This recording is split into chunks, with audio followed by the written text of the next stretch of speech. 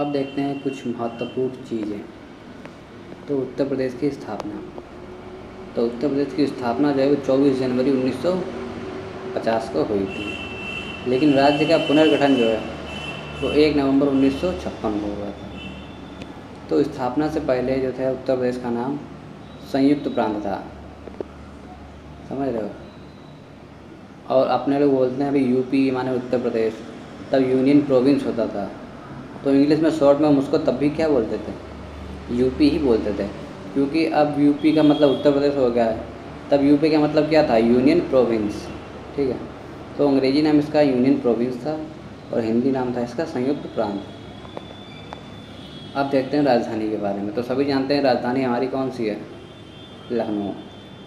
तो उत्तर प्रदेश की राजधानी जो लखनऊ है वो 1935 को बनी।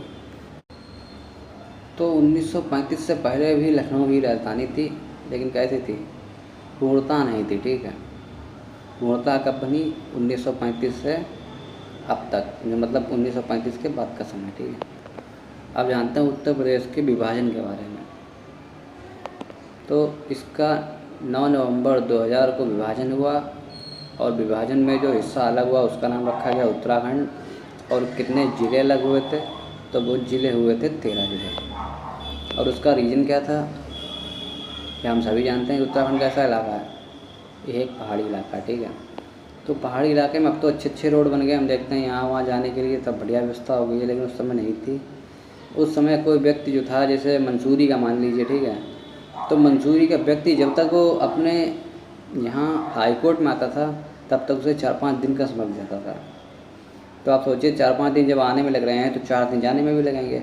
तो अगर किसी व्यक्ति का अपने यहाँ कोर्ट में कोई काम होता था तो उसे 8-10 दिन का समय लग जाता था, बहुत ज़्यादा समय लगता था। अगर किसी को संसद में आना है तो उसे 4-5 दिन पहले निकलना पड़ता था, कोर्ट में आना है तब 4-5 दिन पहले निकलना पड़ता था।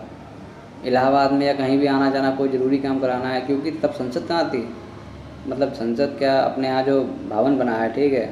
तब राजधानी तो लखनऊ में थी, तो उनकी राजधानी तो नहीं थी। तो वो लोग क्या करते थे, यहाँ आते थे। तो इसी वजह से क्या किया गया, इनके जो पहाड़ी इलाके थे 13 ज़िले, ठीक है, उनको अलग कर दिया गया और वहीं पे उनकी राजधानी बना दी गई।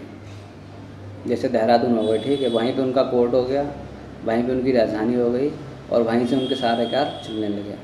इससे पहले उन्हें यहाँ आने में काफ़ी कठिनाई होती थी, इसी वजह से जो उत्तर प्रदेश के 2 टुकड़े किए गए थे। अब देख लेते हैं इसकी विशेषताओं के बारे में, जो भौगोलिक विशेषताएं हैं।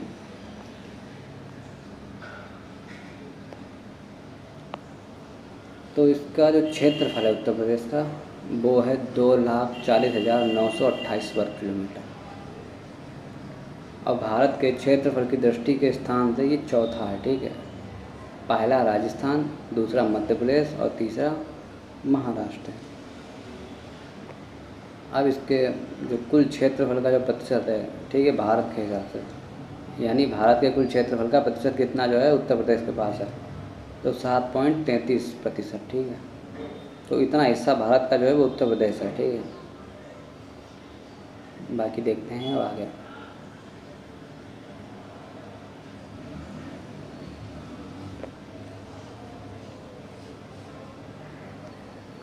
पूरब से पश्चिम की लंबाई।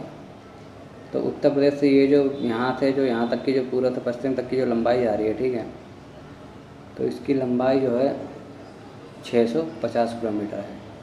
और ये उत्तर से दक्षिण की जो लंबाई है इसकी वो है 240 किलोमीटर। और अगर पूछा जाए कि उत्तर प्रदेश का, ठीक है, सबसे पूर्वी ज़िला, तो पूर्वी ज़िला कौन सा होगा, बलिया, जो यहाँ पर है, ठीक है। और उसके बाद उत्तर प्रदेश का पश्चिमी ज़िला पूछा जाएगा तो शामली, वो यहाँ पर आएगा। और उसके बाद उत्तर प्रदेश का अगर उत्तरी ज़िला पूछा जाएगा तो सहारनपुर, और दक्षिणी पूछा जाएगा तो सोनभद्र। और अगर पूछा जाए सबसे ज़्यादा वर्षा कहाँ पर होती है, किस ज़िले में होती है, तो वो होती है गोरखपुर में, क्योंकि मानसून यहाँ से क्या होता है, चल कर आता है ज़्यादातर, और क्या करता है, खूब गोरखपुर में वर्षा कराता है। और न्यूनतम वर्षा वाला, मतलब सबसे कम पूछा जाए वर्षा वाला ज़िला तो वो होगा मथुरा। और सर्वाधिक क्षेत्रफल वाला ज़िला लखीमपुर खीरी, कितना है, 7680 वर्ग किलोमीटर, यानी 7680 वर्ग किलोमीटर। और न्यूनतम क्षेत्रफल वाला का ज़िला पूछा जाए तो हापुड़ होगा, और इसका कितना है 660 वर्ग किलोमीटर। अब बाकी नेक्स्ट पार्ट में देखते रहिए।